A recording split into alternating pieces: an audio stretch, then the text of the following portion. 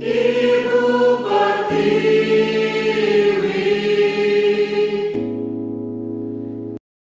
Ibu Pertiwi,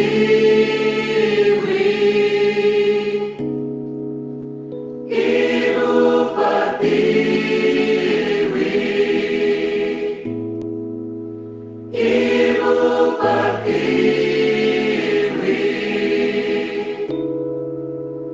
Ibu Pertiwi, Ibu Pertiwi,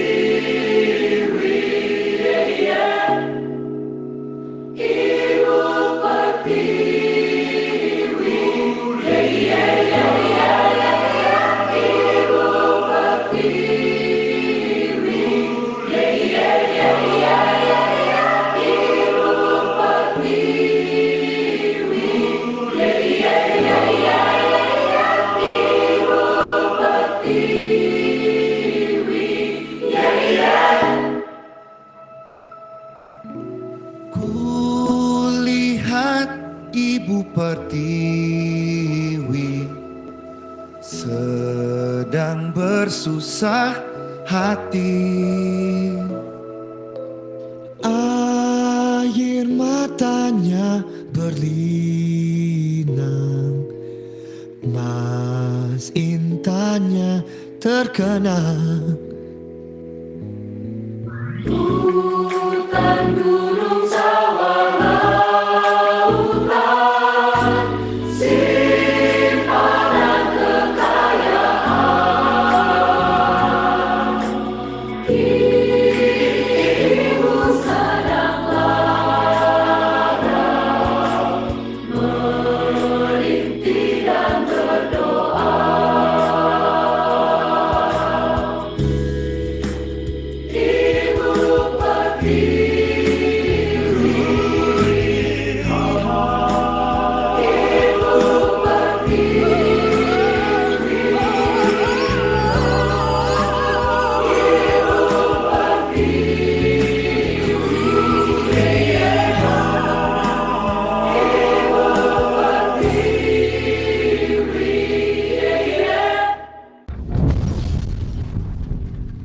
Fearless Intelligent Indonesia.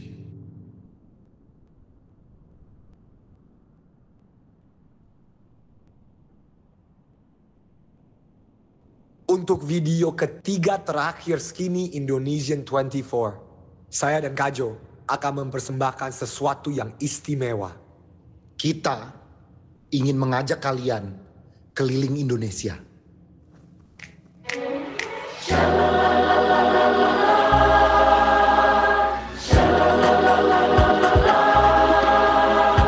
Cicik beriuk berangkat sumping dari Jawa, datang ke Cibok bawah, kepiting 2 ekor. Cicik beriuk berangkat sumping dari Jawa, datang ke Cibok bawah, kepiting 2 ekor. Cacak dalam belakang, hilang picak gigi ronggang, sampai tertawa dolong di pancung Raden Tunggal. Cicik beriuk, cicik beriuk.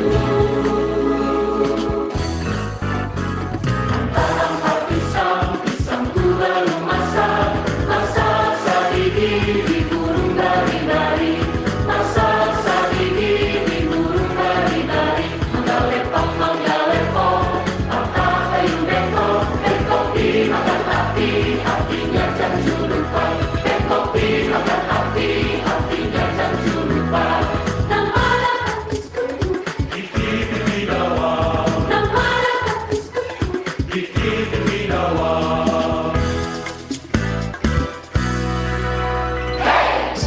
Sayang si pertukaran tego-tego kurukan sayang. Sayang si pertukaran tego-tego kurukan sayang.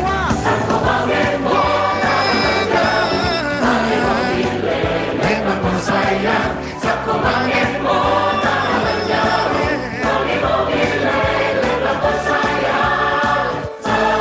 Sayang si patokaan.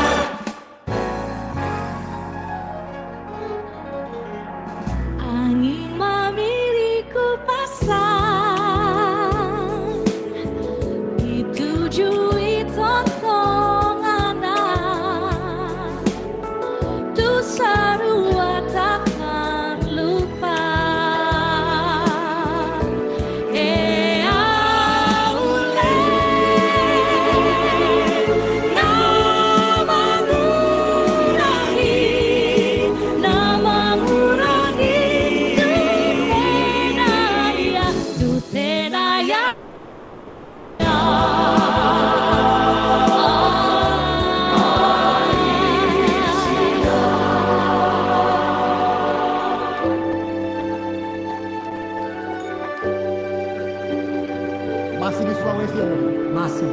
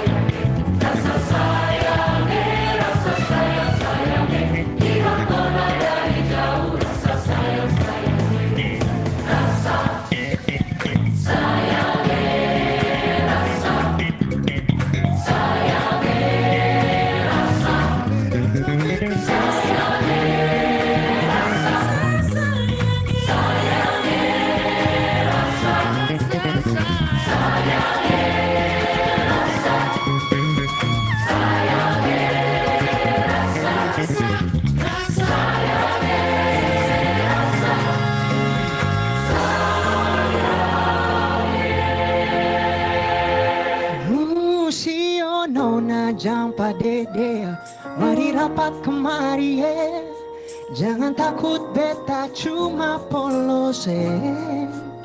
Batang seputar baik-baik, jangan sampai ale tagai. Nanti pulang mama bisa bakalan si nona jampa dede, mari rapat kemari jangan takut beta cuma polose. Pada seputar baik-baik, jangan sampai ale tagai. Nanti pulang mama bisa bakalan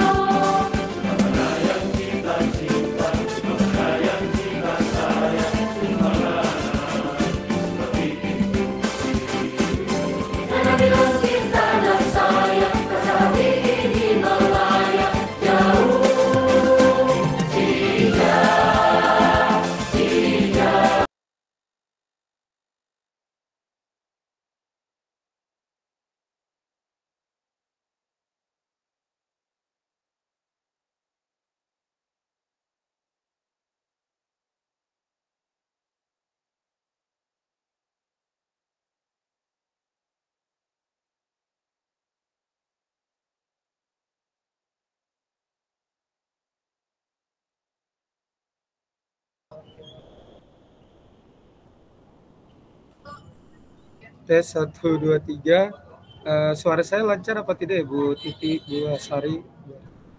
Lancar Pak Beni, aman. Oh lancar. Oke, kita coba monitor dulu ya. Bu Yeni sudah hadir. Sudah Pak. Oke, Bu Titik. Sudah Pak. Oke, Bu Arti.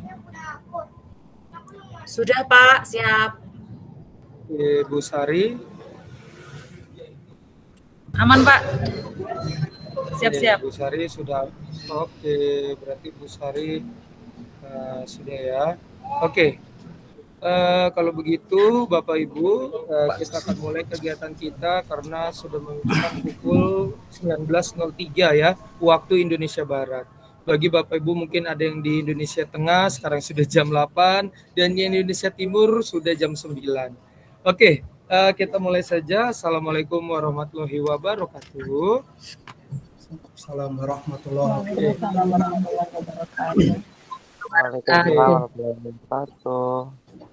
Ya, selamat malam, salam sejahtera, Om Swastiastu, Namo Buddhaya, salam kebajikan, Rahayu untuk kita semua Bapak Ibu di kegiatan webinar episode 2 Komunitas Belajar Lenteraksi, Lentera Beraksi yang pada malam hari ini akan berbagi praktik ya dari para pembicara yang berasal dari calon guru penggerak angkatan yang ke-9 Kabupaten Sleman, Provinsi Daerah Istimewa Yogyakarta.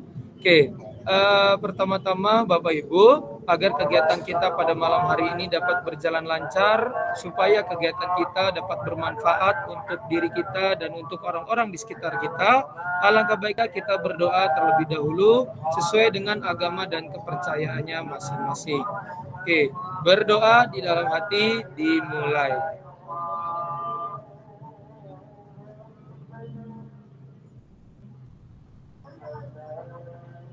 Oke, berdoa selesai.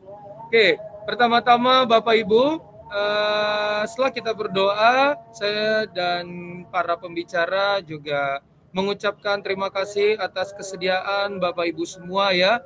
Hingga sampai saat ini sudah ada 44 peserta, 44 yang bergabung untuk kita sama-sama diskusi bareng nih ya, terkait dengan budaya positif yang mengangkat tema murid itu dikreasi atau dikerasi. Oke ya Bapak Ibu ya. Nah, selamat datang Bapak Ibu semua yang berasal dari Sabang sampai Merauke, dari Miangas sampai Pulau Rote ya, yang dipertemukan di ruang virtual pada malam hari ini di hari Jumat tanggal 27 Oktober tahun 2023 di jam 7 malam ini Bapak Ibu, 1 jam ke depan kita akan bersama-sama untuk discuss bareng ya terkait dengan bagaimana sih budaya positif, apa saja bagian-bagian budaya positif, apa yang bisa kita terapkan di kelas kita masing-masing. Nah, semoga nanti apa yang disampaikan oleh para pembicara itu semuanya dapat bermanfaat untuk kita semua. Nah, Bapak Ibu, untuk link presensi nantinya akan di-share di room chat di sekitar sudah berjalannya acara ya, di sekitar pukul 7.20 atau di sekitar 7.30. Link presensi akan disebarkan. Silakan Bapak Ibu untuk nantinya mengisi link presensi karena nama lengkap Bapak Ibu nantinya akan dicantumkan di e-sertifikat. Kenapa diberikannya di tengah acara? Agar kita sama-sama dapat fokus terlebih dahulu. Oke, ya, kita sapa dulu untuk para pembicara kita. Oke ya Bapak Ibu, Bu Yeni, Pak Suluri belum saya cek tadi loh. Pak Suluri sudah masuk Pak Suluri. Udah Pak. Oh, udah. Oke, siap nih. Bagaimana kabarnya Bu Yeni, Bu Titik, Bu Sari, Bu Arti, dan Pak Suluri? Luar biasa Pak. Sehat Pak, luar biasa. Oke, bagaimana? Biasa Pak, semangat. Sudah siap semangatnya untuk berbagi pada malam hari ini? Siap. Siap, Pak. Oke, sudah siap ya. Oke tuh, udah ada trompet loh. Iya, udah ada supporter Pak. Udah ada supporter ya Bapak Ibu ya. Oke Bapak Ibu, untuk kegiatan kita pada malam hari ini Bapak Ibu, alangkah baiknya nantinya di sepanjang para pembicara menyampaikan praktiknya, presentasinya, nantinya Bapak Ibu bisa ini dulu close mic ya, jadi ditutup dulu mic-nya. Nantinya Bapak Ibu jika ada pertanyaan-pertanyaan silakan nanti di akhir setelah pembicara menyampaikan bisa ajukan pertanyaan di room chat atau nantinya bisa raise hand. Oke, itu dia rangkaian kita Bapak Ibu pada malam hari ini. Kalau begitu saya akan serahkan sesuai dengan ini ya, susunan kegiatan kita yang akan pertama kali menyampaikan materi yang luar biasa terkait dengan budaya positif. Apa ya budaya positif? Nah, kira-kira menurut kita murid itu dikreasi atau dikerasi? Oke, tak perlu berlama-lama, silakan kepada Bu Yeni Ekowati. Nah, kepada Bu Yeni dipersilahkan. Terima kasih Pak Beni untuk waktu dan kesempatannya pada malam hari ini. Perkenalkan, nama saya Yeni Ekowati. Saya berasal dari SMK Muhammadiyah 2 Moyudan, Sleman, Yogyakarta. Saya di sini adalah CGP angkatan ke-9. Untuk materi yang pertama yang akan saya sampaikan adalah tentang disiplin positif dan nilai-nilai kebajikan universal.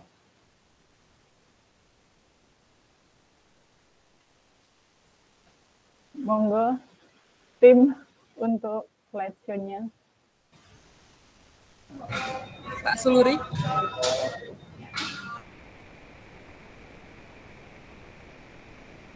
Sebelum kita mulai untuk disiplin positif dan nilai-nilai kebajikan universal, saya akan ada pertanyaan untuk Bapak Ibu Guru, nanti bisa dijawab masing-masing di dalam hatinya ya. Seandainya Anda itu punya sebuah benda di genggaman Anda. Benda itu sangat berharga bagi Anda. Kemudian teman Anda pengen membuka genggaman Anda. Kira-kira Anda akan membuka genggaman Anda atau Anda akan mempertahankan posisi genggaman Anda? Silahkan dijawab masing-masing. Mungkin ada yang, kalau saya tetap saya pertahankan. Kalau saya berikan saja teman saya biar teman saya tahu apa yang isi dari tangan saya. Kira-kira Bapak Ibu Guru, kira-kira Bapak dan Ibu yang ada di webinar kali ini bagaimana menyikapi pertanyaan itu? Nah, mungkin ada sebagian orang yang kemudian akan membuka tangannya untuk ya, ada yang membuka genggaman, ada yang mempertahankan, ada yang mempertahankan. Jadi, posisi mau mempertahankan atau mau membuka tangan Bapak Ibu, ternyata adalah tergantung dari Bapak Ibu sendiri, bukan tergantung dari orang lain. Mungkin walaupun dibujuk-bujuk itu tetap mempertahankan ya, tidak kemudian melepaskan dengan sukarela seperti itu. Nah, dalam disiplin positif itu, kita akan bicara tentang perubahan paradigma. Next, Pak. Kita langsung ke materi. Ya, ini yang pertama saya tentang disiplin positif. Selanjutnya.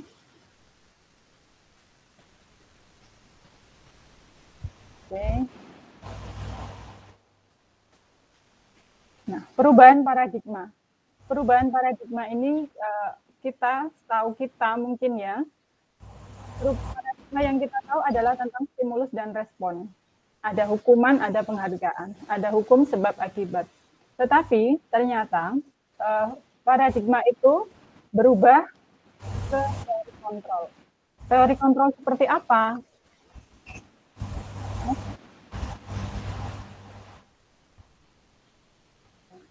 Teori kontrol dari stimulus respon pindah ke teori kontrol. Yang pertama, realitas kebutuhan kita itu sama.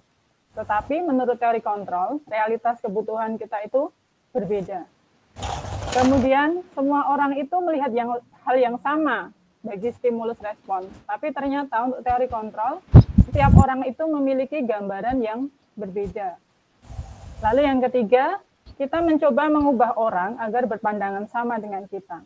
Tetapi pada teori kontrol, kita tidak kita berusaha memahami pandangan orang lain tentang dunia. Jadi tidak bisa serta-merta langsung mengubah pandangan orang terhadap kita.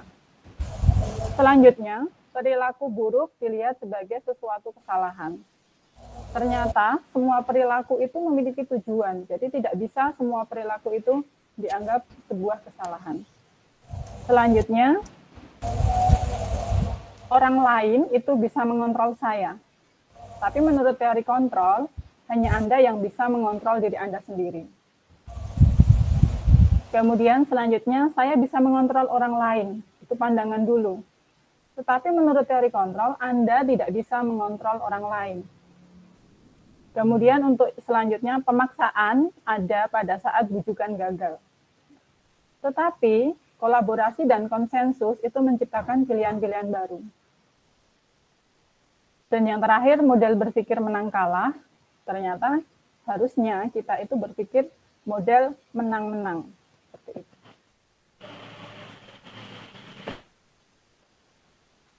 Next. Kemudian, makna kata disiplin, karena kita belajar tentang disiplin positif, apa itu disiplin? Disiplin sering dihubungkan dengan hukuman, padahal itu berbeda.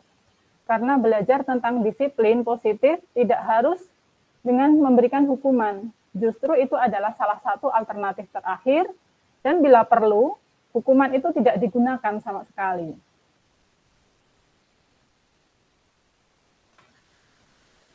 Nah, apa tujuan dari disiplin?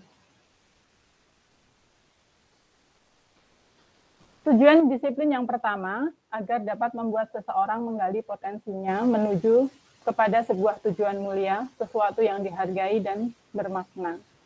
Yang kedua, disiplin itu menciptakan anak-anak yang bisa berperilaku dengan mengacu pada nilai-nilai kebajikan universal dan memiliki motivasi intrinsik, bukan ekstrinsik. Jadi motivasi itu harusnya berasal dari dalam. Kita lanjut ke nilai-nilai kebajikan universal. Apa itu nilai-nilai kebajikan universal? Nilai-nilai kebajikan adalah sifat-sifat positif manusia yang merupakan tujuan mulia yang ingin dicapai setiap individu. Nilai-nilai tersebut bersifat universal dan lintas bahasa, suku bangsa, agama, maupun latar belakang. Next.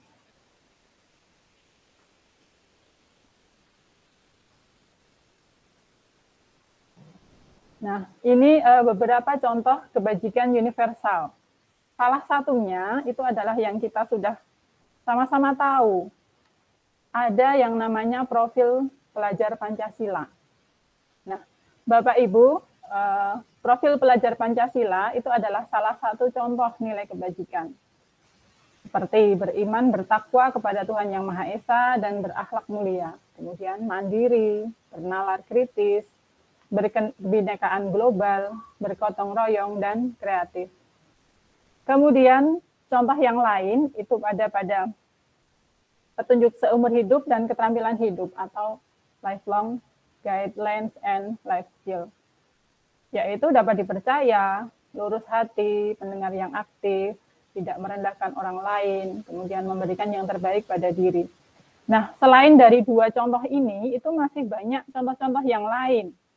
Misalnya, nilai kebajikan yang lain itu ada toleransi, rasa hormat, kemudian integritas, kemudian percaya diri, komitmen, keingintahuan, kemudian kemandirian, tanggung jawab. Nah, masih banyak lagi yang dapat kita ambil nilai-nilai kebajikan universal yang ada di sekitar kita.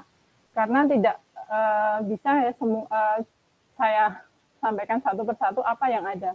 Tetapi Bapak Ibu Guru, secara realitasnya ketika Bapak Ibu Guru berada di sekolah atau berada di kelas, itu dapat mencari nilai-nilai universal itu dari apa yang ada di sekitar kelas tersebut.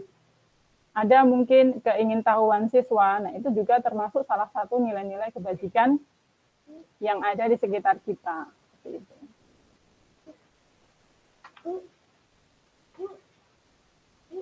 Berikutnya ke materi selanjutnya, yaitu tentang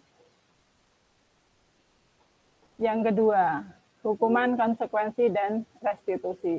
Kepada pembicara berikutnya, kami persilahkan. Oke, terima kasih waktunya. Selamat malam Bapak Ibu guru hebat dari Sabang sampai Merauke. Di sini saya perkenalkan dulu, saya Titik Saryati, saya CGP Angkatan 9 dari SMP Negeri 1 Moyudan, Kabupaten Sleman, Yogyakarta. Nah, Bapak guru hebat, pada malam hari ini saya ingin berbagi tentang teori hukuman, konsekuensi, dan restitusi. Sebelum kita menggali lebih dalam apa itu hukuman, konsekuensi, dan restitusi, mari kita menyimak beberapa gambar. Next, Pak.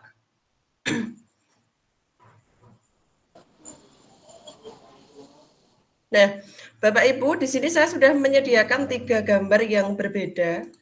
Bapak Ibu bisa menuliskan kira-kira dari gambar 1, 2, 3, itu mana yang masuk hukuman, mana yang konsekuensi, dan mana yang restitusi.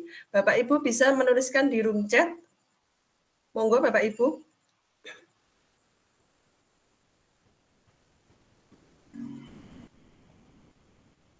Kalau kita menyimak Bapak Ibu dari, nah ini dari Bu Siti Mutmainah itu sudah mengatakan bahwa ya gambar nomor 2 itu adalah gambar hukuman. Betul.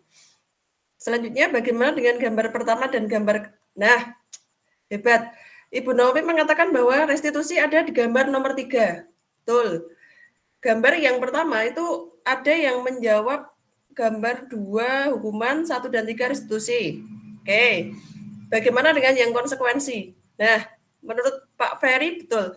Jadi konsekuensi itu Bapak Ibu kita melihat ada di gambar pertama, kemudian hukuman itu ada di gambar yang kedua, dan restitusi itu ada di gambar yang ketiga. Nah, mari kita membahas bersama apa itu hukuman, konsekuensi, dan restitusi. Next, Pak.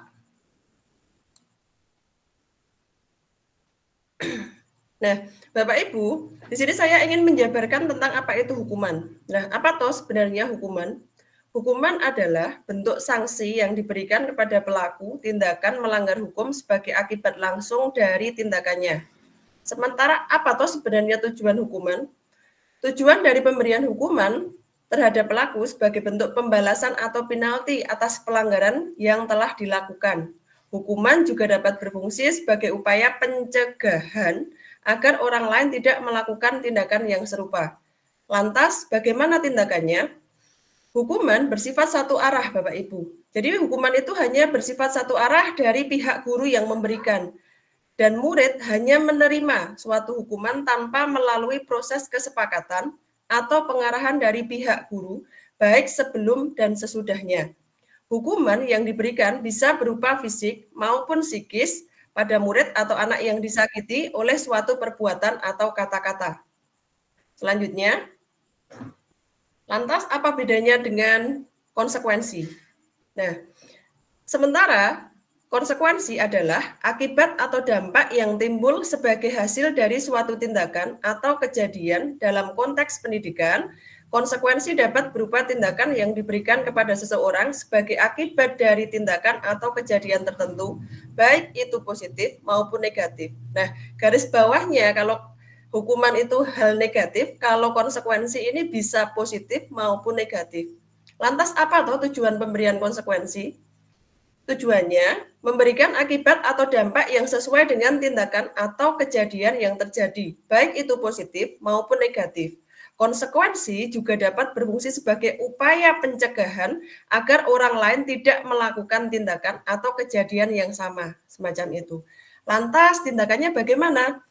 Konsekuensi dalam pendidikan dapat berupa ujian, penghargaan, atau pengakuan atas tindakan atau kejadian yang positif.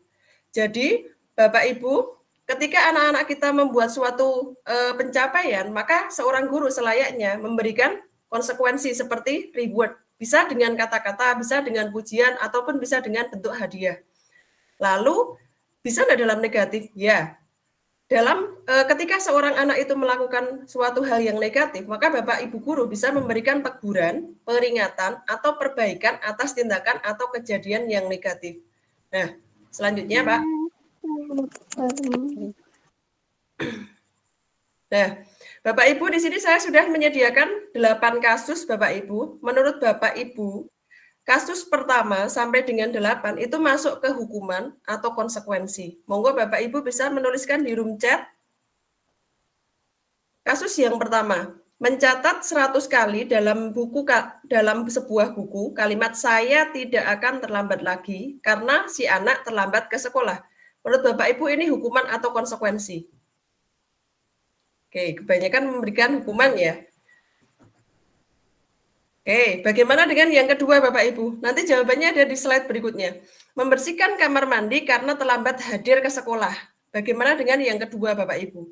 Apakah ini masuk ke hukuman atau konsekuensi? Hukuman. Hukuman, oke. Kemudian yang ketiga Bapak Ibu, membersihkan coretan yang dibuat di atas meja. Menurut Bapak Ibu, ini merupakan hukuman atau konsekuensi? Konsekuensi. Konsekuensi. Oke. Kemudian yang keempat, murid diminta untuk push up 15 kali karena tidak menggunakan masker ke sekolah. Hukuman atau konsekuensi? Hukuman. Nomor 5, menggantikan kertas tugas teman yang telah dicoret-coret. Konsekuensi. Luar biasa. Yang keenam, berjemur di lapangan basket pukul 12. Hukuman. Dengan pernyataan yang ketujuh Bapak Ibu. Murid diminta bertelanjang kaki sepanjang hari karena tidak menggunakan Hukuman. Oke. Yang terakhir, berdiri di depan kelas sambil mengangkat kaki. Hukuman. Kita lihat jawabannya di slide berikutnya. Nah, sebagian Bapak Ibu sudah cukup paham ya apa itu bedanya hukuman dan konsekuensi, bahwa ketika seorang anak itu mendapatkan imbalan dari apa yang dia lakukan dan tidak ada hubungannya, itu masuk ke dalam hukuman. Misalnya, Bapak Ibu bisa melihat kasus yang pertama. Kenapa kasus yang pertama tidak masuk ke dalam hukuman? Karena saya tidak akan terlambat. Ini masih ada hubungannya ketika anak itu melakukan keterlambatan. Sementara yang kedua, itu tidak ada hubungannya Bapak Ibu. Anak yang terlambat itu tidak seharusnya harus membersihkan kamar mandi, seperti itu. Kurang lebih hukuman dan konsekuensi, saya rasa beberapa di antara yang menjawab sudah cukup tepat. Next, Pak.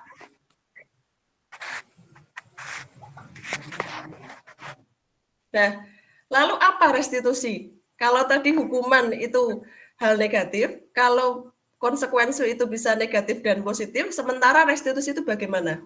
Nah, Bapak Ibu, restitusi adalah proses menciptakan kondisi bagi murid untuk memperbaiki kesalahan mereka, sehingga mereka bisa kembali pada kelompok mereka dengan karakter yang lebih kuat. Jadi, kalau kita menyimak apa itu bedanya dengan hukuman dan konsekuensi, restitusi ini dia membawa pendekatan yang lebih persuasif, Bapak Ibu. Lantas tujuannya apa? Tujuan daripada restitusi adalah proses kolaboratif yang mengajarkan murid untuk mencari solusi untuk masalah mereka dan membantu murid berpikir tentang orang seperti apa yang mereka inginkan dan bagaimana mereka memperlakukan orang lain. Sementara tindakannya, tindakan yang bisa dilakukan oleh seorang murid yang melakukan pelanggaran itu ada beberapa hal. Yang pertama, itu bisa melakukan meminta maaf, mengganti kerugian, atau melakukan tindakan yang dapat mengembalikan situasi atau keadaan yang ada sebelum tindakan melanggar hukum. Next.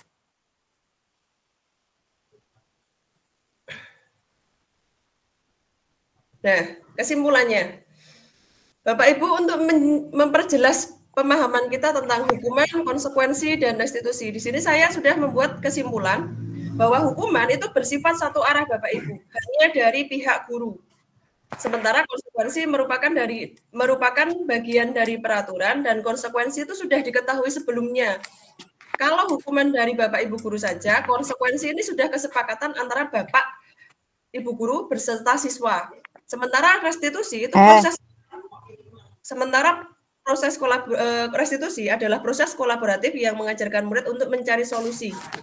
Kalau hukuman dari guru, konsekuensi dari kedua belah pihak yang sama-sama menyetujui, kalau restitusi adalah menggali bagaimana seorang siswa berpikir menyelesaikan masalahnya. Selanjutnya, hukuman ini sifatnya menyakitkan Bapak Ibu. Mohon Ibu Lintang bisa unmute ya.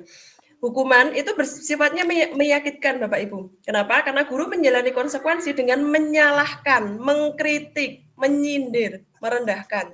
Sementara konsekuensi, sikap guru di sini senantiasa memonitor muridnya, hanya memonitor Bapak Ibu. Dalam restitusi, membantu murid berpikir tentang orang lain dan memperbaiki hubungan dengan mereka. Jadi, guru hanya mengajak murid berdiskusi dan murid mencari solusi sendiri, seperti itu. Yang terakhir, guru dalam hukuman, guru menyatakan peraturan, melakukan peringatan, dan menetapkan konsekuensi. Sementara dalam konsekuensi, guru membantu murid untuk jujur pada diri sendiri dan mengevaluasi dampak apa dari kesalahan yang telah dilakukan. Kemudian yang terakhir tentang restitusi, tidak untuk menebus kesalahan, namun belajar dari kesalahan. Nah, semacam itu Bapak Ibu tentang teori hukuman, konsekuensi, dan restitusi. Selanjutnya kepada pembicara yang ketiga, waktu dan tempat kami aturkan. Oke, terima kasih Bu Titi. Perkenalkan Bapak Ibu yang keren dan penuh semangat ya malam hari ini. Saya Kumalasari Anjas Melina, CGP Angkatan 9 dari SMA Islam Prambanan, Sleman, Yogyakarta. Nah, untuk kesempatan malam hari ini saya akan memaparkan terkait dengan kebutuhan dasar manusia. Pasti kita semua sebagai manusia memiliki kebutuhan dasarnya masing-masing ya Bapak Ibu. Oke, selanjutnya Pak Sulori. Nah, kita mulai dari apa sih kebutuhan dasar itu? Nah, kebutuhan dasar pada manusia ini adalah unsur-unsur yang dibutuhkan oleh manusia dalam menjaga keseimbangan, baik secara fisiologis maupun psikologis. Setiap tindakan yang dilakukan oleh manusia memiliki tujuan tertentu. Jadi kita sebagai manusia pasti memiliki tujuan tertentu. Nah, semua usaha terbaik yang dilakukan dalam rangka memenuhi kebutuhan dasarnya dengan baik. Jadi setiap tindakan itu memiliki tujuan dan dari situ semua itu kita melakukan suatu usaha untuk dapat memenuhi kebutuhan dasar kita dengan baik. Oke, yang selanjutnya.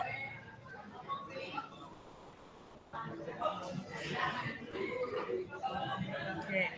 Nah, Bapak Ibu sekalian, kebutuhan dasar manusia ini ada 5. Yang pertama adalah bertahan hidup atau survival. Kemudian yang kedua adalah kasih sayang dan rasa diterima. Kemudian yang ketiga adalah penguasaan. Yang keempat kebebasan. Dan yang kelima adalah kesenangan. Nah, berikut ini akan ditampilkan yang lebih jelas ya terkait dengan kasusnya. Oke, selanjutnya.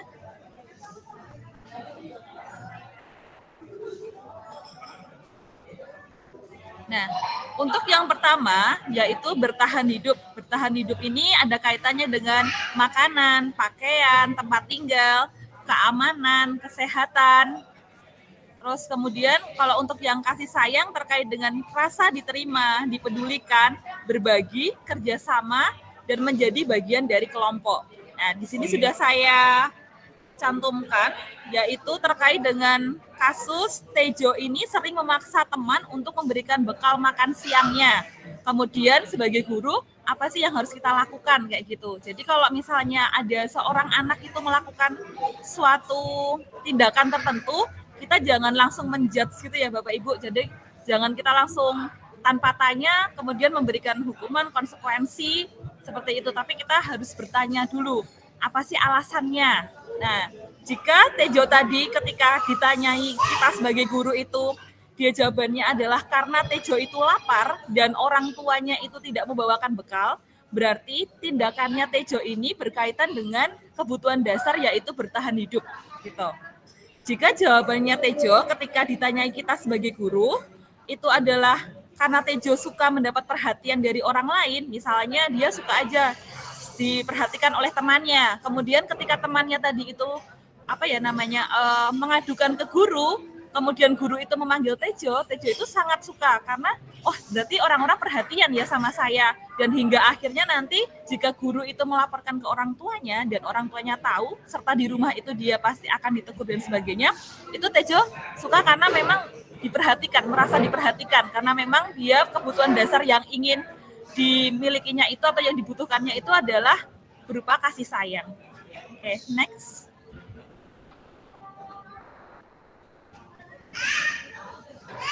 Nah, yang ketiga adalah penguasaan. Penguasaan ini berkaitan dengan harga diri, keinginan untuk dianggap, diakui, didengar, memimpin, dan berprestasi.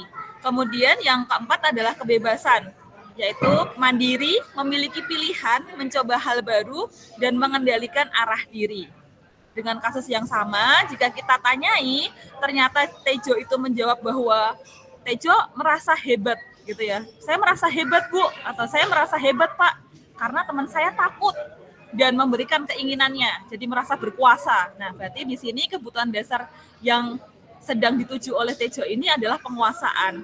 Namun jika jawabannya Tejo itu karena Tejo bosan dengan bakal dari orang tuanya, misalnya selalu nasi ya, nasi dengan mie instan seperti itu terus menerus dalam waktu 5 hari, pasti anak bosan ya.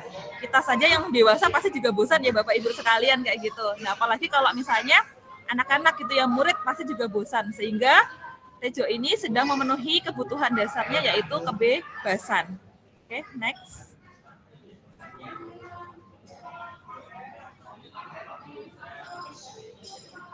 Yang kelima adalah kesenangan. Kesenangan ini terkait dengan bermain, humor, antusiasme, dan tertawa. Nah, jika Tejo ditanyai dan jawabannya itu adalah Tejo itu iseng gitu ya, iseng, jahil aja gitu sama teman-temannya. Dan ketika temannya tadi itu memberikan ekspresi ya, berbagai macam ekspresi gitu ya, mungkin cemberut, ada yang rasa tidak suka, ada yang merengut kayak gitu ya. Dan sebagainya itu dianggap Tejo itu sebagai sesuatu yang lucu. Jadi menurut dia itu dia senang aja gitu melakukannya dengan keisengannya ini.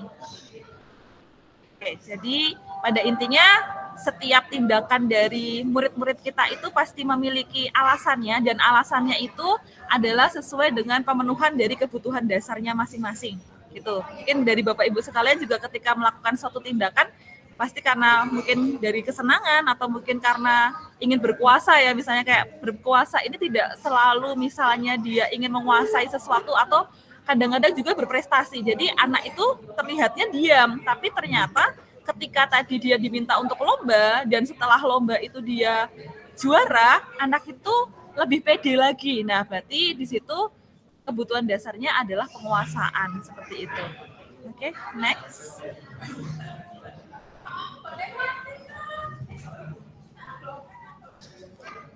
Nah, oke. Jadi di sini ilustrasinya adalah Pak Zulfikar itu seorang kepala sekolah baru ya, ditugaskan di SMP Bina Generasi Muda. Nah, sejak kedatangannya di sekolah, Pak Zulfikar ini mencoba untuk menyesuaikan diri. Tapi di sini ada Pak Malik yang seringkali itu mempertanyakan kebijakan-kebijakan yang diambil oleh Pak Zulfikar. Gitu. Rekan-rekan sesama guru itu heran karena sebenarnya perilaku dari Pak Malik ini sebelumnya dikenal sebagai seorang guru yang selalu mengikuti kebijakan, gitu.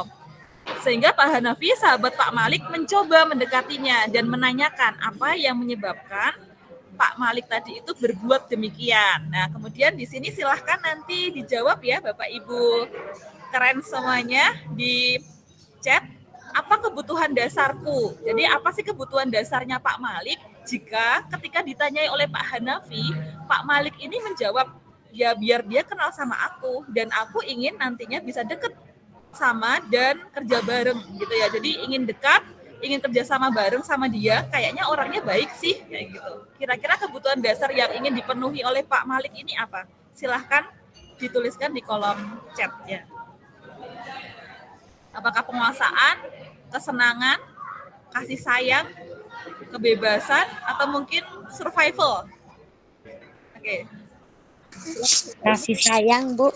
Oke, Bu Siti Mutmainah ya, atau boleh juga misalnya langsung open mic ya, seperti Bu Siti Mutmainah ya. Inginnya adalah kasih sayang ya, Bu. Oke, yang lainnya ada pendapat lain mungkin? Ingin berkuasa, Bu, gitu. Ingin menggantikan capseknya, misalnya seperti itu. Tidak ada ya? Tidak ada yang menjawab lain? Oke, betul. Apakah betul? Seperti yang Bu Siti tadi ya? Nih. Oke, next Pak Suluri. Oke, ada yang perhatian. Oke, ini Pak Dika ya? Oke, jawabannya adalah kasih sayang dan rasa diterima. Ya, betul ya. Bu Siti, mungkin teman-teman yang lainnya juga sudah menjawab kayak gitu ya. Jadi inginnya adalah kasih sayang, inginnya diperhatikan gitu ya. Jadi ingin mencari perhatian dari Bapak Kepala Sekolah yang baru ini, bukan karena ingin menguasai gitu ya, atau ingin apa sih namanya mematahkan gitu ya, tapi karena dia memang suka aja gitu, karena dia ingin ada rasa diterima, ada rasa kasih sayang di situ, ingin diperhatikan, sehingga Pak Malik berbuat demikian. Oke, semoga apa yang saya sampaikan ini bermanfaat ya dan dapat dipahami. Selanjutnya akan dipaparkan oleh Bu Arti. Silakan Bu Arti. Baik, terima kasih Bu Kumala. Selamat malam, salam dan bahagia Bapak Ibu guru hebat dari Sabang sampai Merauke. Saya Angela Saryarti Mewangi dari SD Negeri Jagamang Santi Gamberbah, Kabupaten Sleman, Provinsi Daerah Istimewa Yogyakarta, calon guru penggerak angkatan ke-9 dari Kabupaten Sleman, akan menyampaikan sesi berbagi tentang keyakinan kelas. Next, Pak. Mengapa keyakinan kelas? Mengapa tidak peraturan kelas saja? Nah, Bapak Ibu, ada pertanyaan pemantik, boleh dijawab di kolom chat. Mengapa kita memiliki peraturan tentang penggunaan helm pada saat mengendarai kendaraan roda 2 atau sepeda motor? Silakan Bapak Ibu.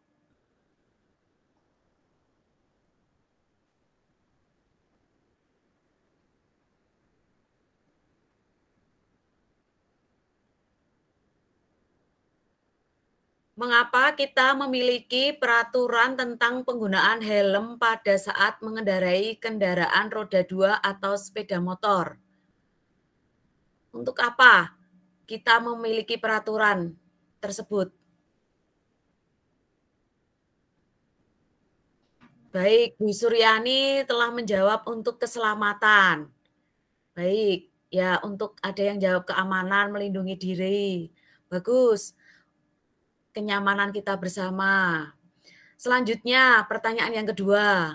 Mengapa kita memiliki peraturan tentang penggunaan masker dan mencuci tangan setiap saat yang kita alami pada saat COVID kemarin?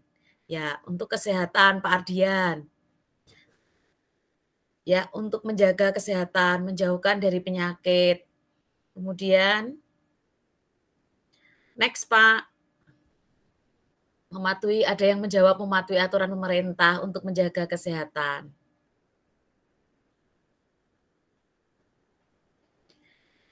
Nilai-nilai keselamatan atau kesehatan inilah yang kita sebut sebagai suatu keyakinan.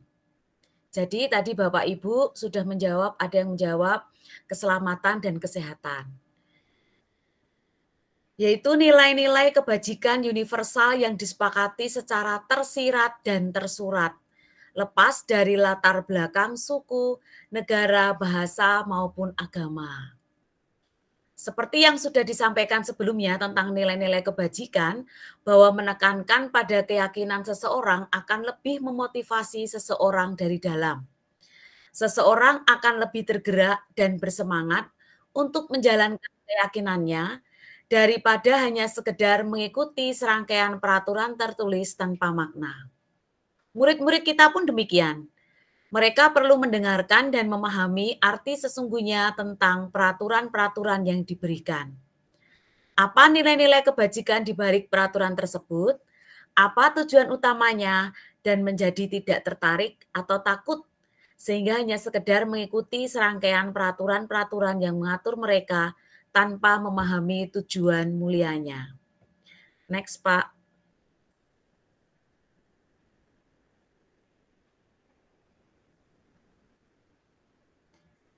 Penentuan nilai kebajikan pada sebuah institusi atau sekolah dapat dilakukan dengan tahapan-tahapan berikut ini. Lihat daftar kebajikan yang telah disusun bersama. Yang kedua, tentukan nilai-nilai kebajikan yang ingin dijadikan perhatian utama di sekolah Anda. Silakan melakukan curah pendapat di dalam kelompok. Yang ketiga, sempurnakan beberapa daftar nilai-nilai kebajikan yang utama, kemudian dibahas kembali dalam kelompok utama. Yang keempat, membuat poster atau muat di media sosial keyakinan sekolah atau keyakinan kelas Anda. Next, Pak.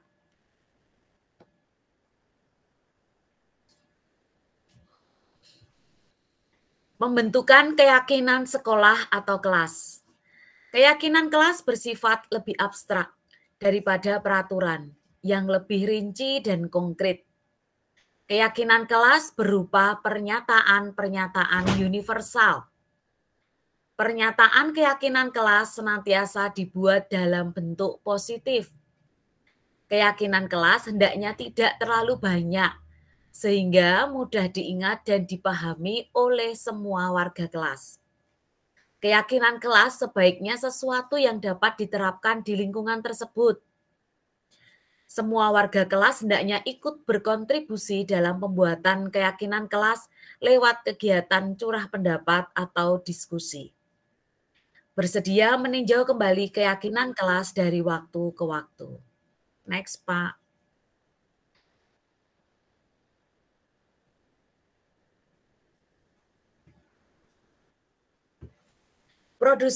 Prosedur pembentukan keyakinan sekolah atau kelas.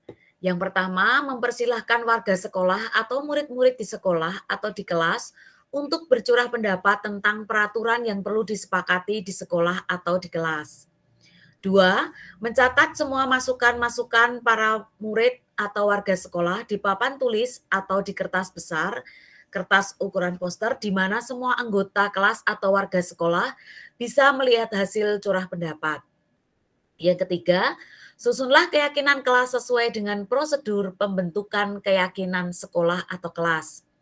Gantilah kalimat-kalimat dalam bentuk negatif menjadi kalimat positif. Yang keempat, tinjau kembali daftar curah pendapat yang sudah dicatat. 5. Tinjau ulang keyakinan sekolah atau kelas secara bersama-sama. 6. Setelah keyakinan sekolah atau kelas selesai dibuat, maka semua warga kelas dipersilakan meninjau ulang dan menyetujuinya dengan menandatangani keyakinan sekolah atau kelas tersebut, termasuk guru dan semua warga atau murid. Keyakinan sekolah atau kelas selanjutnya bisa dilekatkan di dinding kelas di tempat yang mudah dilihat oleh semua warga kelas. Next. Bentar sih. Tujuan pembuatan keyakinan kelas. 1. Meningkatkan nilai-nilai kebajikan dalam pembelajaran. Yang kedua, timbulnya motivasi internal untuk disiplin dari siswa. Yang ketiga, siswa dapat tumbuh menjadi pribadi yang kritis, penuh hormat, dan bertanggung jawab. Tolak ukurnya, siswa bertanggung jawab menjalankan keyakinan kelas yang telah disepakati. Yang kedua, timbulnya pembelajaran yang menyenangkan dari disiplin positif. Yang ketiga, timbulnya hubungan harmonis antar guru dan siswa. Next, Pak. Berikut contoh keyakinan kelas yang sudah saya buat di kelas saya, yaitu nilai-nilai keyakinan kebajikannya, yaitu tanggung jawab, mandiri, menghormati dan menghargai teman dan guru, jujur, disiplin, rukun, dan tolong-menolong. Demikian sesi berbagi saya. Malam-malam pergi ke kota, jangan lupa beli apokat. Demikian sesi berbagi saya, semoga bisa bermanfaat. Monggo silakan dilanjut Pak Suluri untuk materi selanjutnya.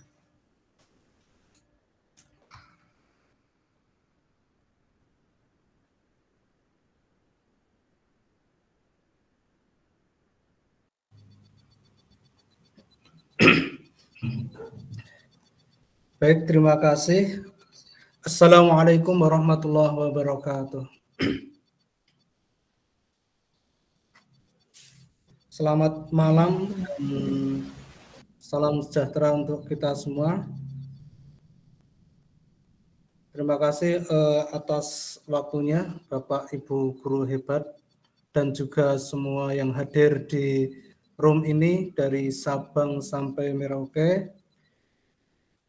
Pada kesempatan kali ini saya akan menyampaikan 5 kontrol.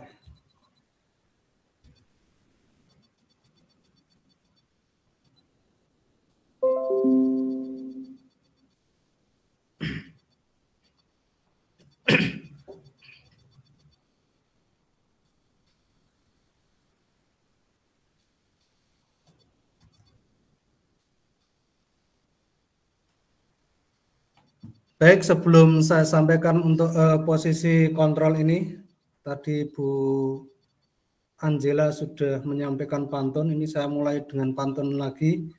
Makan ketan, jangan lupa ditambah tahu. Walau malam, kita tetap semangat menuntut ilmu. Cakep. Baik. Kita masuk ke posisi sama tisu ya Kak. Kasih. Baik, di akhir-akhir ini ada berita viral, misalnya di Jawa Pos, pada hari Senin 9 Oktober tahun 2023, pukul 20.55 waktu Indonesia Barat, menuliskan berita viral. Dia ada guru agama di Sumbawa, dituntut 50 juta dan dipolisikan negara menghukum murid yang tak mau sholat. Dan yang keduanya di Tribun Jatim.com pada hari Kamis 26 Oktober 2023 pukul 19.33 waktu Indonesia Barat juga menuliskan berita viral, emosi ditegur guru, siswa SMA malah buka baju dan tantang duel.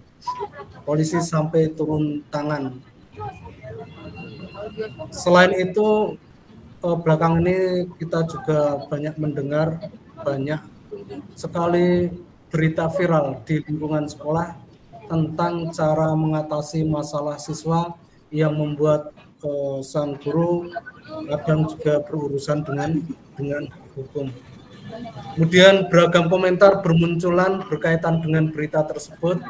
Banyak pihak yang memberikan dukungan terhadap tindakan guru untuk menegakkan aturan, kedisiplinan, dan menumbuhkan rasa tanggung jawab pada diri siswa.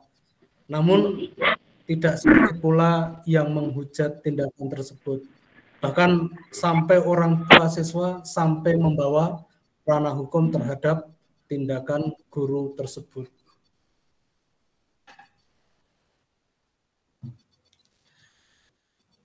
Bapak Ibu guru hebat, setiap guru dan juga orang tua itu pasti menginginkan anak ataupun anak didiknya menjadi anak yang baik dan juga berprestasi. Sepakat ya?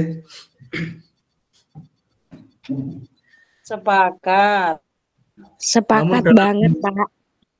Oke, dalam implementasi budaya disiplin positif itu sering terjadi kontrol yang berlebihan sehingga tidak jarang anak mendapat kekerasan atau mungkin tekanan, bahkan bisa mematikan motivasi dan kreatifnya.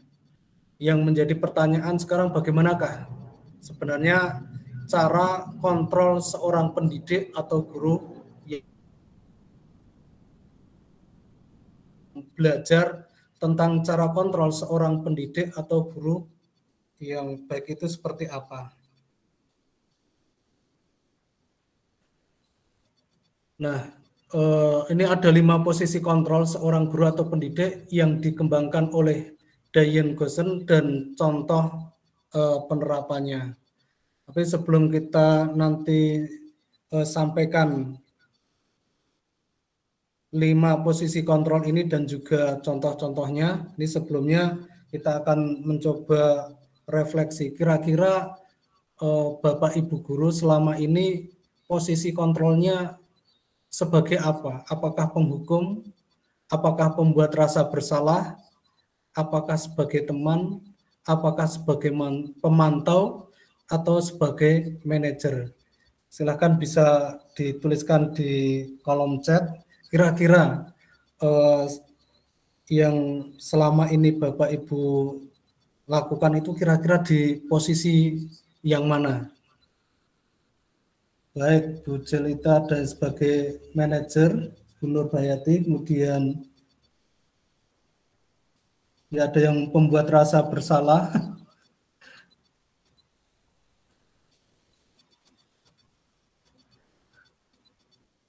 Ada yang sebagai manajer.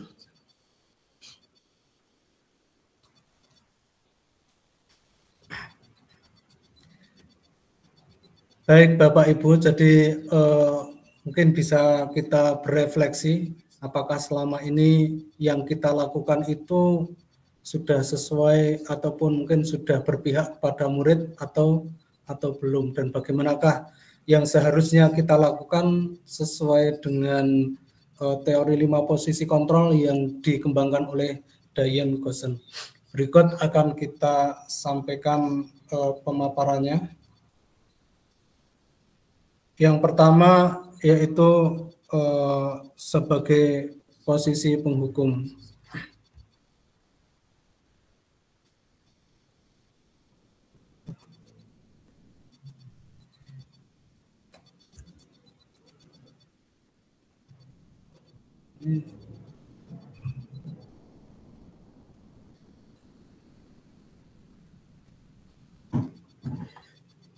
Ini harusnya ada video tapi mohon maaf.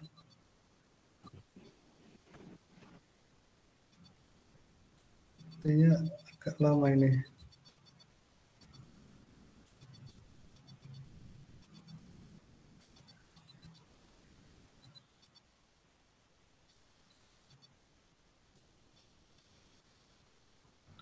Baru proses.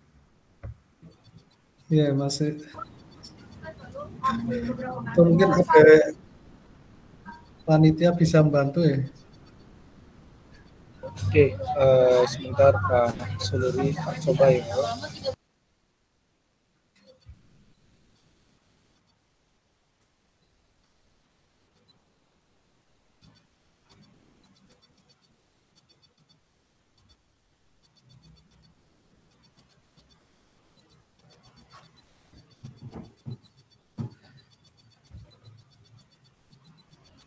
Oke, tak.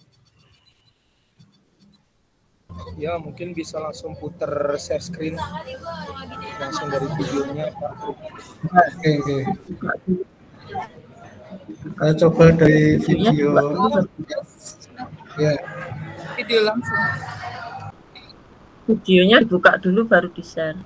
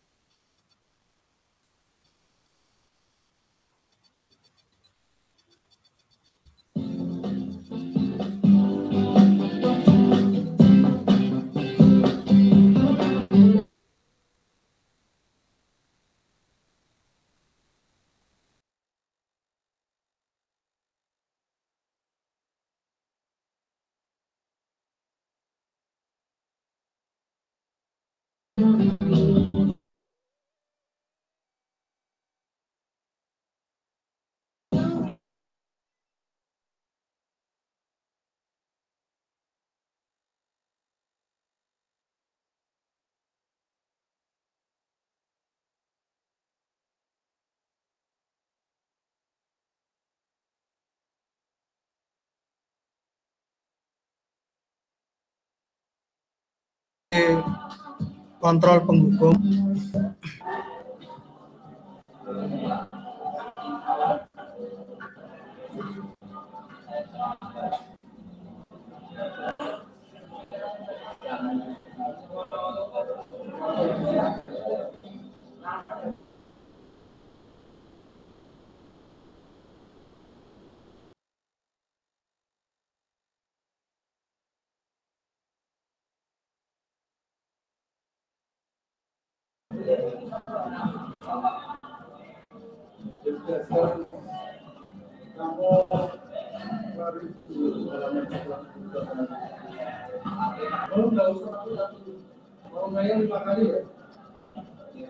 5 kali.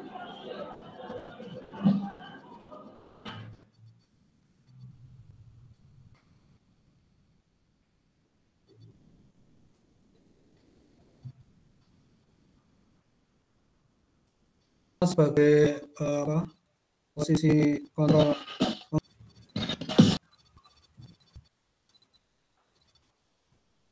maupun verbal mengatakan bahwa sekolah memerlukan sistem atau alat yang dapat lebih menekan murid-muridnya lebih dalam lagi.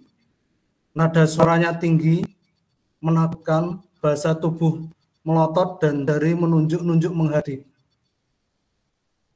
Hasil kemungkinan murid akan marah, atau mungkin mendendam, atau mungkin bersifat agresif. Mungkin pernah juga kita ada yang pernah mengalami, mungkin bisa jadi sesudah anak kembali duduk, murid tersebut akan mencoret-coret bukunya atau meja tulisnya.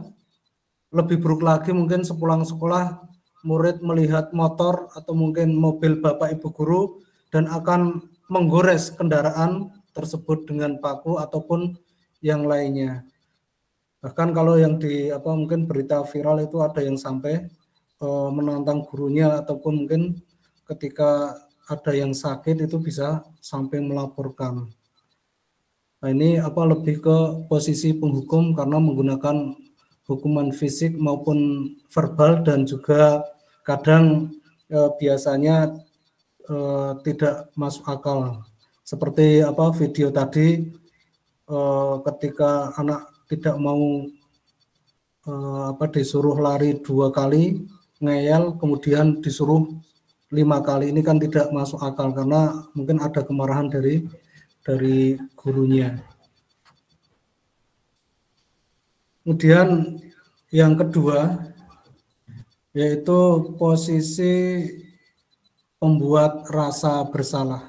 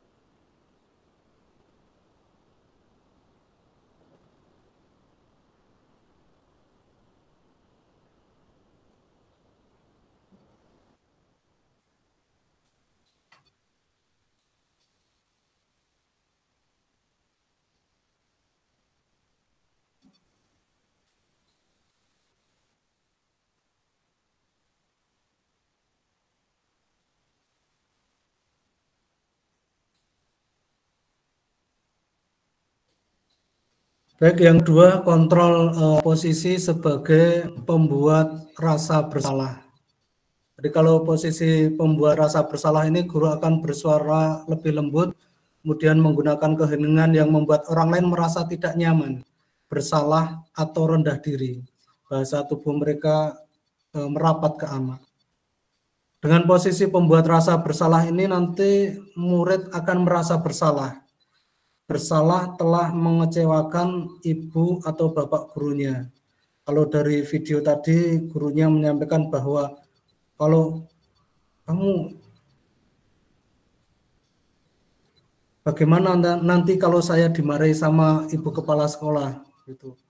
Ini kan membuat muridnya nanti akan merasa bersalah, walaupun seolah-olah nanti yang akan disalahkan gurunya, tapi secara tidak langsung itu menyalahkan muridnya. Jadi murid akan merasa menjadi orang yang gagal dan tidak sanggup membahagiakan orang lain. Kadangkala sikap seperti ini lebih berbahaya dari sikap penghukum, karena emosi akan tertanam rapat di dalam murid menahan perasaan. Tidak seperti murid dalam posisi kontrol sebagai penghukum, di mana mungkin murid bisa menumpahkan amarahnya, walaupun mungkin dengan cara negatif. Tapi murid yang di pembuat rasa bersalah ini akan merasa tertekan. Dan seperti inilah yang tiba-tiba nanti ketika bisa meletus amarahnya dan bisa menyakiti dirinya sendiri ataupun orang lain. Jadi pembuat rasa bersalah ini nanti negatifnya bisa lebih buruk daripada sebagai kontrol penghukum. Kemudian yang ketiga yaitu sebagai posisi sebagai teman.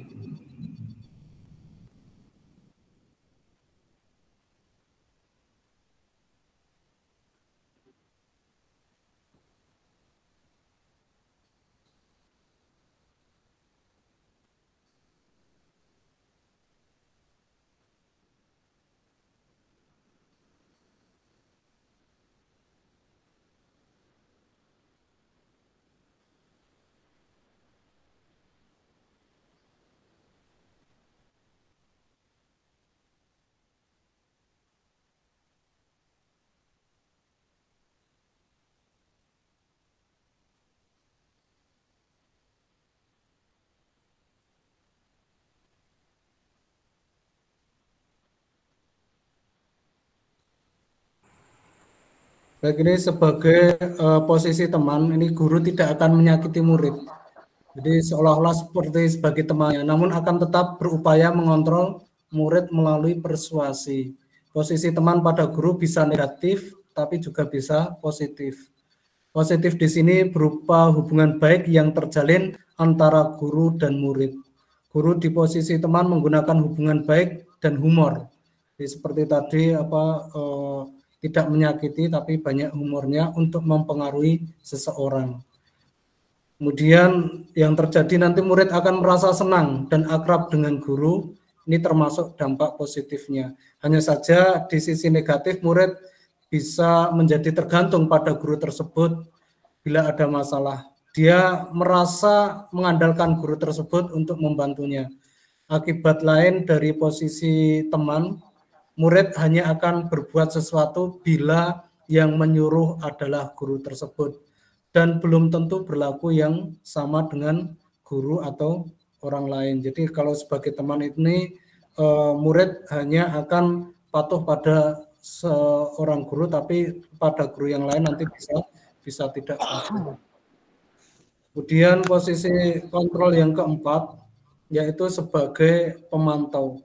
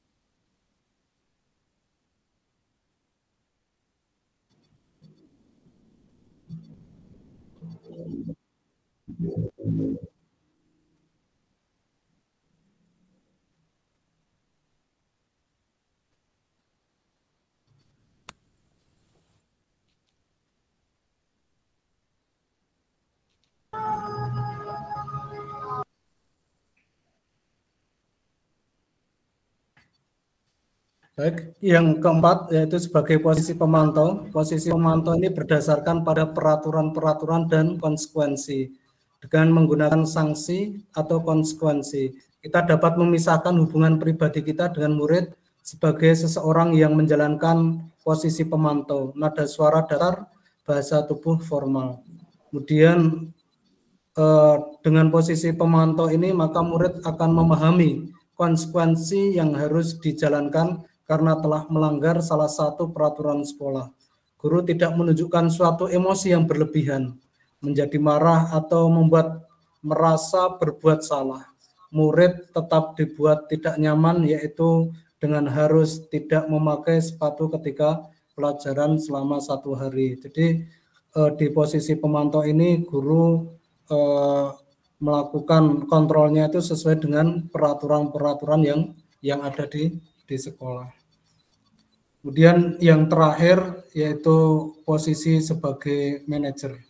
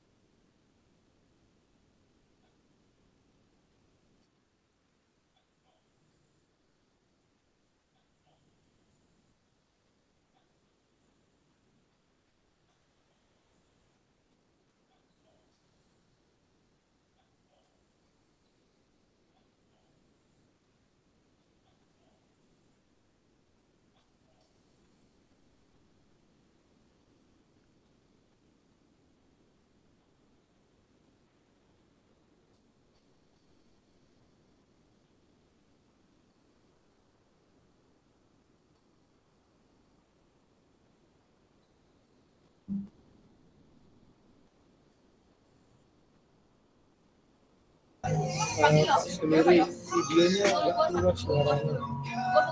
Sama ini boleh diperbesar aja layarnya. Langsung ke penjelasan.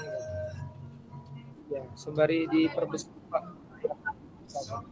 Ya, di mana guru berbuat sesuatu bersama dengan murid, mempersilahkan murid mempertanggungjawabkan perilakunya, mendukung murid agar dapat menemukan solusi atas permasalahannya sendiri. Murid diajak untuk menganalisis kebutuhan dirinya maupun kebutuhan orang lain. Di sini penekanan bukan pada kemampuan membuat konsekuensi, namun dapat berkolaborasi dengan murid bagaimana memperbaiki kesalahan yang ada. Dan ini sebenarnya posisi yang ideal yaitu posisi manajer. Fokus ada pada murid, bukan untuk membahagiakan guru atau orang tua. Murid sudah mengetahui adanya sesuatu masalah dan sesuatu perlu terjadi. Guru akan mengembalikan tanggung jawab pada murid untuk mencari jalan keluar permasalahannya, tentu dengan bimbingan guru. Baik Bapak Ibu, itu yang bisa saya sampaikan, mudah-mudahan bermanfaat dan juga banyak salah dan khilafnya. Assalamualaikum warahmatullahi wabarakatuh. Ya, waalaikumsalam. Saya kembalikan ke Pak Denny. Oke, terima kasih para Bapak Ibu pembicara. Ya, boleh diturunkan dulu layarnya di on-screen Pak Suluri. Oke, ya Bapak Ibu, itu dia tadi hasil penyampaian dari rekan-rekan kita, Bapak Ibu guru, 5 orang pembicara. Ada yang budaya positif, restitusi, kebutuhan dasar manusia, lalu ada keyakinan kelas dan lain-lain semua Bapak Ibu. Nah, bagi Bapak Ibu, silakan dibuka untuk 3 orang penanya ya, 3 orang penanya. Di sini sudah ada ini ya, 2 orang yang raise hand. Oh, 1 ya, Pak Rudi Hartono. Oke, silakan Pak Rudi Hartono di open mic, silakan diajukan pertanyaannya. Nah, yang mau bertanya diperbolehkan untuk open ini ya, boleh raise hand atau sampaikan di kolom chat. Oke, silakan Pak Rudi. Bagaimana Pak Rudi?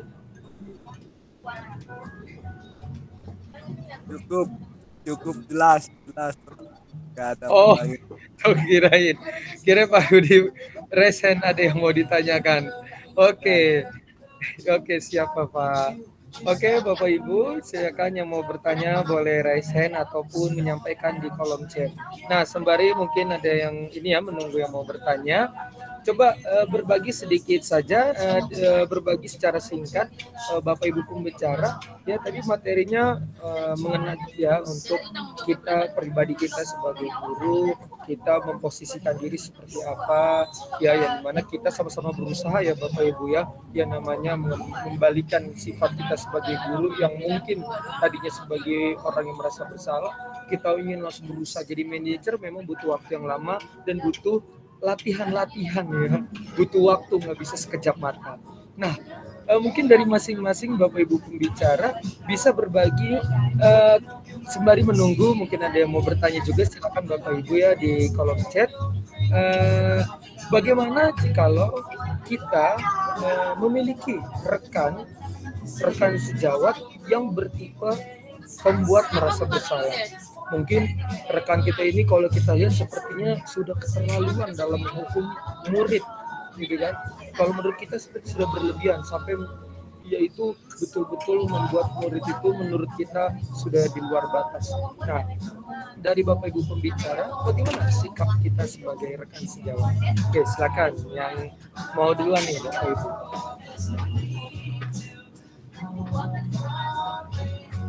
Oke, sembari menunggu, nantinya silakan Bapak Ibu yang mau bertanya boleh disampaikan di kolom chat. Oke, silakan Bapak Ibu dari pembicara-pembicara kita pada malam hari ini yang mau berbagi dulu. Silakan.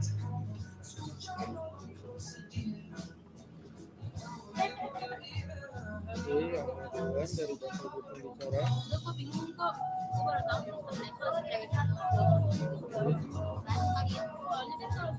Yes. Oke, Bapak Ibu, saya mau mengawali duluan. Ya. Siapa duluan dari Bapak Ibu pembicara? Dari Pak Suluri mungkin, Bu Sari, Bu Arti, Bu Titik, lalu Bu Yen.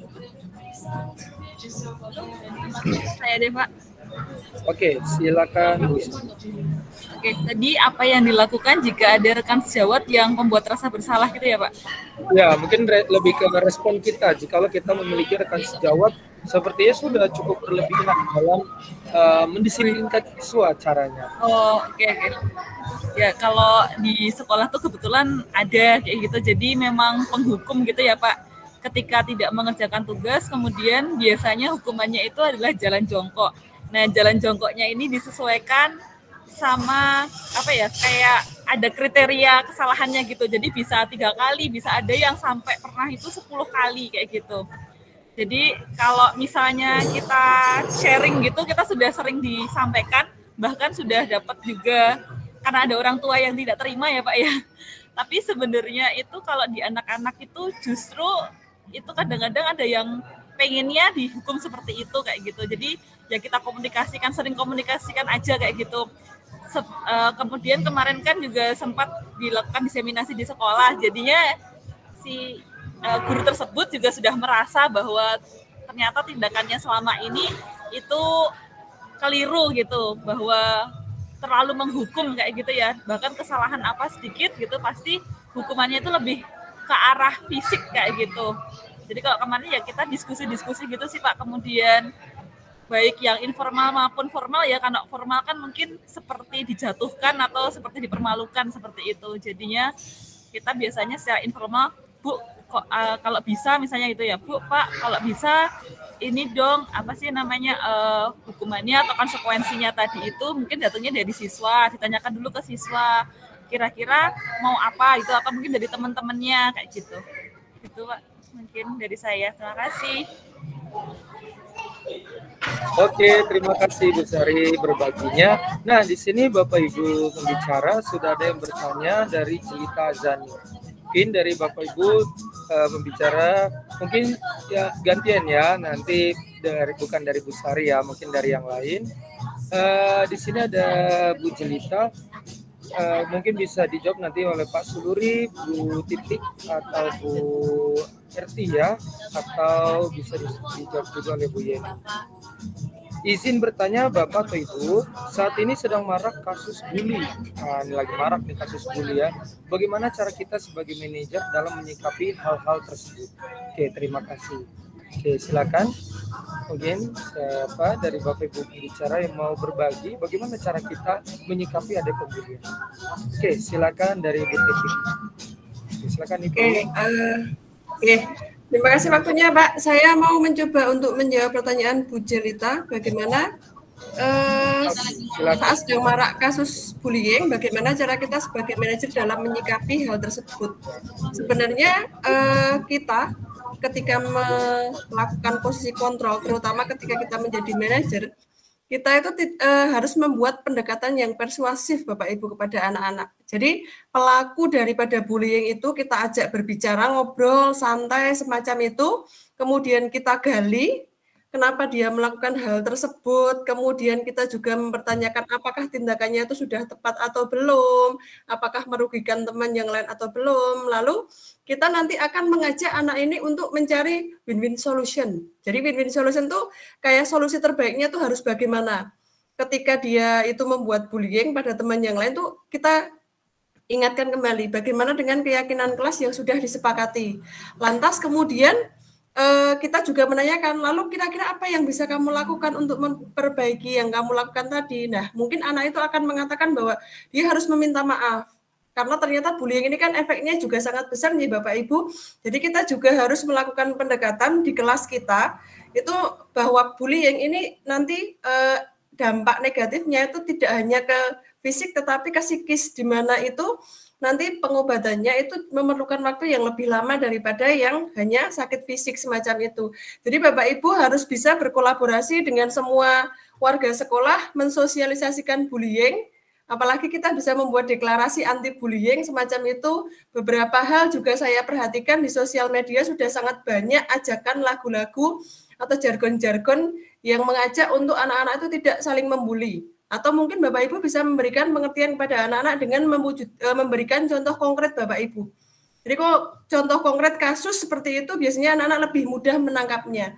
Intinya ketika kita melakukan posisi kontrol sebagai manajer, kita harus membuat pendekatan yang persuasif dan anak sendiri yang dia bisa memberikan solusi dari hal yang dia lakukan. Semacam itu Ibu. Terima kasih Pak. Oke, terima kasih Bu Titi atas berbagi praktiknya terkait dengan pembulian. Itu dia Bapak Ibu semua ya, kita sebagai guru untuk berupaya tidak terjadinya praktik pembulian atau perundungan ya, karena sedang marak-maraknya. Oke, Bapak Ibu pembicara, masih ada satu pertanyaan lagi nih ya sebelum kita menuju penutupan kegiatan di webinar malam hari ini. Nah, dari Bu Siti Mutmainah, izin bertanya Bapak Ibu narasumber, jika guru meminta murid menulis istighfar 100 kali karena tidak sholat, nah itu apakah bentuk hukuman yang diperbolehkan? Nah ini anaknya kelas 2 nih, jadi terjadi di kelas 2. Nah oke, dari Bapak Ibu narasumber silakan, apakah boleh menghukum murid menulis istighfar 100 kali karena tidak sholat? Nah, bagaimana? Oke, ada yang mau berbagi? Oke, ya dari Bu Titik begini mau berbagi. Oke, silakan. Oke, terima kasih waktunya Pak. Karena tadi saya yang memaparkan tentang materi ini, hukuman, konsekuensi atau restitusi, yang ingin saya tanyakan kembali kepada Ibu Siti Mutmainah itu adalah apakah dalam kelas Ibu itu sudah membuat sebuah keyakinan kelas di mana sudah saling ada kesepakatan apabila anak tidak sholat di sekolah atau di rumah itu ada enggak konsekuensi yang disepakati bersama? Jika kesepakatan menulis istighfar itu sudah disepakati antara ibu dan murid ibu di kelas 2, artinya yang ibu lakukan itu bukan menjadi sebuah hukuman, tetapi itu masuk ke ranah konsekuensi. Nah, meskipun kenyataannya di kelas rendah itu anak usia kelas 2 SD mungkin masih belum begitu memahami ya Ibu, tetapi mungkin Ibu bisa memberikan penjelasan bahwasannya apa yang sudah disepakati bersama itu akhirnya menjadi sebuah konsekuensi. Toh menurut saya jika yang diberikan kepada anak itu masih ada hubungannya dari pelanggaran yang dia lakukan, nah itu masih bisa disebut sebagai konsekuensi semacam itu, Bu. Itu menurut saya. Monggo Bapak Ibu yang lain bisa menambahkan. Oke, silakan Pak Suluri. Baik, terima kasih untuk waktunya. Tadi pertanyaannya kalau menulis istighfar 100 kali, apakah itu termasuk hukuman itu ya? Kalau bagi mungkin anak-anak kelas 2 SD itu kan masih masih anak-anak, dan mungkin yang menurut saya yang diperlukan itu lebih ke mungkin keteladanan, atau mungkin bisa diajarkan tentang yang baik itu seperti apa dan jangan sampai memberatkan. Kalau mungkin di anak-anak yang mungkin sudah SMP atau mungkin SMA, mungkin kalau nulis istighfar 100 kali mungkin tidak terlalu berat. Apalagi misalnya sekarang melanggar kemudian disuruh menulis 100 kali. Besok melanggar dikalikan lagi menjadi 200 kali, itu kan nanti bisa memberatkan. Dan biasanya kan kalau guru ya biasanya seperti itu, wah ini anak kok disuruh seperti ini kok tidak sembuh-sembuh toh ini. Biasanya langsung ditambahkan lagi, dilipatkan lagi. Dulu saya juga pernah ketika perkalian latihan perkalian itu salah, misalnya 2 kali itu disuruh untuk mengulang berapa kali, besok salah lagi dikalikan lagi, jadi sampai berkali-kali. Nah, itu kan bisa nanti memberatkan anak, dan mungkin anak bisa lebih tertekan. Jadi juga bisa melihat mungkin kira-kira itu bagi anak, apalagi anak kelas 2, menurut saya lebih ke keteladanan, dan juga mungkin dikasih tahu yang benar itu seperti ini, atau mungkin diajak untuk berbicara, karena masih anak-anak ya. Itu kalau menurut saya seperti itu. Terima kasih. Oke, terima kasih Pak Suluri. Nah, semoga jawaban-jawaban tadi dapat mencerahkan kita semua Bapak Ibu ya, terkait dengan menghukum ya, apalagi tapi memang sih Bapak Ibu ya, untuk merubah, mungkin kita berada di posisi yang membuat merasa bersalah, kita mau merubah zona kita menjadi manajer atau menjadi teman, itu rasa-rasanya memang butuh waktu ya Bapak Ibu. Namun di lapangan memang terkadang ada murid yang bisa berubah kalau seperti diberi hukuman. Nah, namun itu mindsetnya kali ya. Mindsetnya sebetulnya bukan karena diberi hukuman, mungkin dia karena takut aja. Gitu ya Bapak Ibu ya. Nah, iya Bu Mutmainah ya, sepertinya karena anak belum mewujudkan seperti yang diinginkan gurunya. Nah, ingat Bapak Ibu ya, kita juga sebagai teladan. Mungkin kalau anak belum nurut ya kita yang ini kan ya, menjadi memberi contoh ya Bapak Ibu ya. Oke. Di sini ada Bu Mas Kura ini, ada yang mau ditanyakan Bu Mas Kura ini? Assalamualaikum. Ya, waalaikumsalam Ibu. Ya, saya dari Aceh, Pak. Saya mau menanyakan, ya. Silakan. Saya mau menanyakan Pak, dulu-dulunya kan anak-anak bolehlah kita suruh misalnya menghapus papan tulis. Tapi kalau sekarang ini itu boleh dikatakan seperti apa namanya, tidak diperbolehkan Pak, atau memberatkan anak-anak. Yang seperti ini bagaimana itu Pak? Apakah dibenarkan atau tidak gitu? Terima kasih Pak. Assalamualaikum. Ya, waalaikumsalam. Apa tadi Bu Mas Kura ini menghapus papan tulis? Ya, kita suruh siswa begitu Pak. Oh, di tempatnya Bu Masku menghapus papan tulis itu tidak diperbolehkan kalau begitu. Bukan Pak, sekarang ini apa itu masih diperbolehkan begitu Pak. Sekarang kan anak-anak ini tidak boleh banyak udah yang tidak boleh begitu Pak. Oh ya, siap Bu Maskura ini ya. Oke, ini Bapak Ibu narasumber ya. Bu Maskura ini bertanya, jadi kalau kita nih nyuruh anak buat menghapus papan tulis, itu apakah masih diperbolehkan di zaman sekarang? Mengingat di zaman sekarang nih kayaknya murid-murid itu dikit-dikit ngadu, dikit-dikit diperbesarkan jadi permasalahan yang besar. Nah, sehingga membuat takut nih guru untuk nyuruh menghapus papan tulis saja, apakah masih diperbolehkan? Oke, silakan dari Bapak Ibu narasumber, siapa yang mau ini yang menanggapi pertanyaan ini? Silakan dari Bapak Ibu narasumber. Suluri, silakan. Bu Yeni, ada Bu Yeni, silakan Bu Yeni. Terima kasih untuk pertanyaan ini. Sepertinya kalau untuk menghapus papan tulis masih diperbolehkan, Bu. Itu kan bukan sesuatu yang jadi sebuah hukuman ya, karena mungkin seperti menghapus papan tulis atau menyapu di kelas itu kan bisa jadi sebuah pembiasaan. Jadi menjaga kebersihan seperti itu. Jadi bukan termasuk sebagai hukuman. Menurut saya seperti itu, Bu.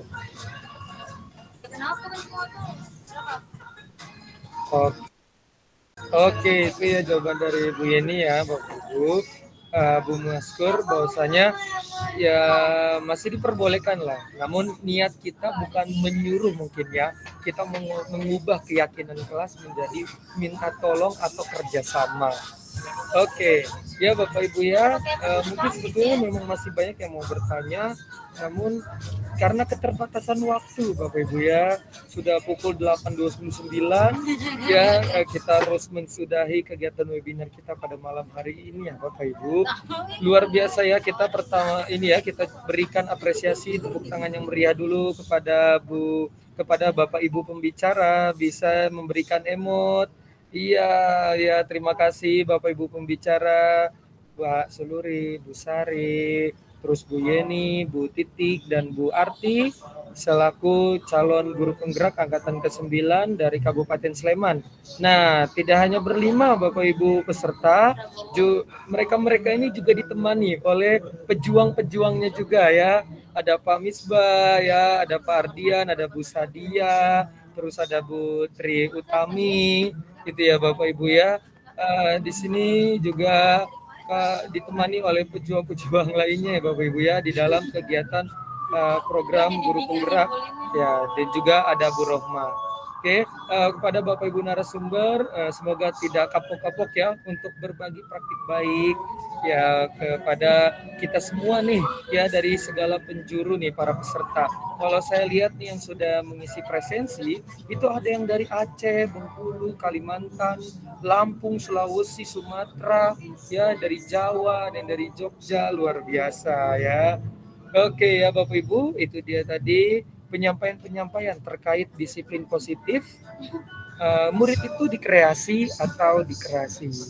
Ya, semoga dapat bermanfaat untuk kita semua, dan jangan lupa untuk Bapak Ibu peserta mengisi presensi kehadiran ya Bapak Ibu, mengisi presensi kehadiran yang telah disematkan di room chat. Oke, mungkin sebelum kita tutup ada yang mau disampaikan dari Bapak Ibu narasumber, atau dirasa sudah cukup? Oke ya, berarti sudah dirasa cukup ya Bapak Ibu.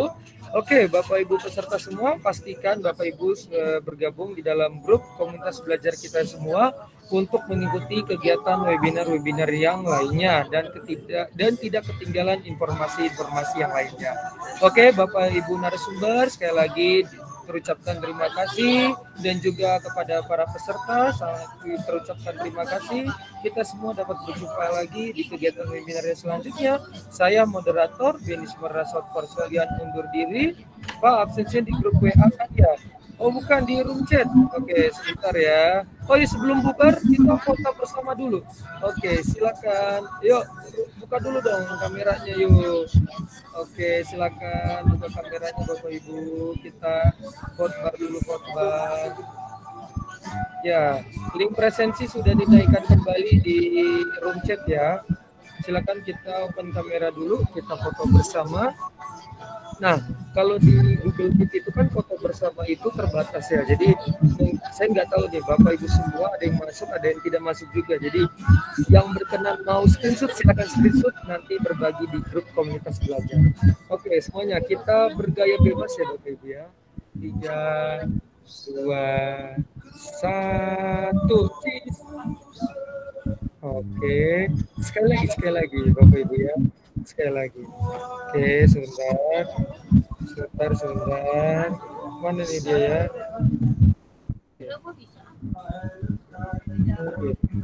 Sekali lagi.